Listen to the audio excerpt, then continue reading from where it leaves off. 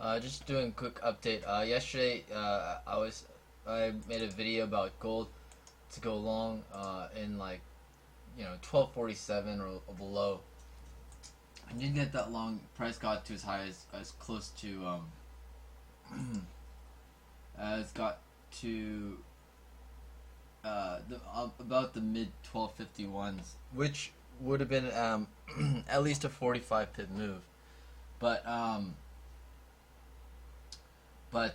there is good reason to think that there is still more room to go higher because you had dollar yen breaking down before a very critical 111.50 level, and so the downside is likely to continue at least for a bit.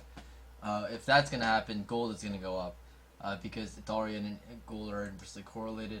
Now, it doesn't look like a great reason for longs. Just if you look at this chart, you have gold hovering in the low 1248s.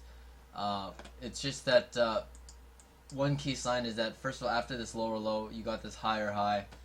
But what's probably more important is that you have a lot of volume happening here. So you see a lot of that green. And then on silver, it's even more prominent where silver, you haven't really had a serious breakout move, but you just had a slight new high being created on silver with a lot of volume. You see a big long green candle, and then you have this was also, but it turned into a wick. Those are very good entry signals to go along with. So I think that there's a very good chance there's going to be very good follow through today. You would just need to have a stop basically at 1244.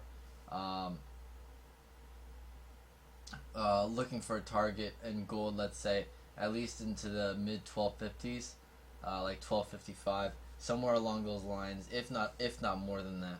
So we will see, but right now you are getting a long entry signal in gold, and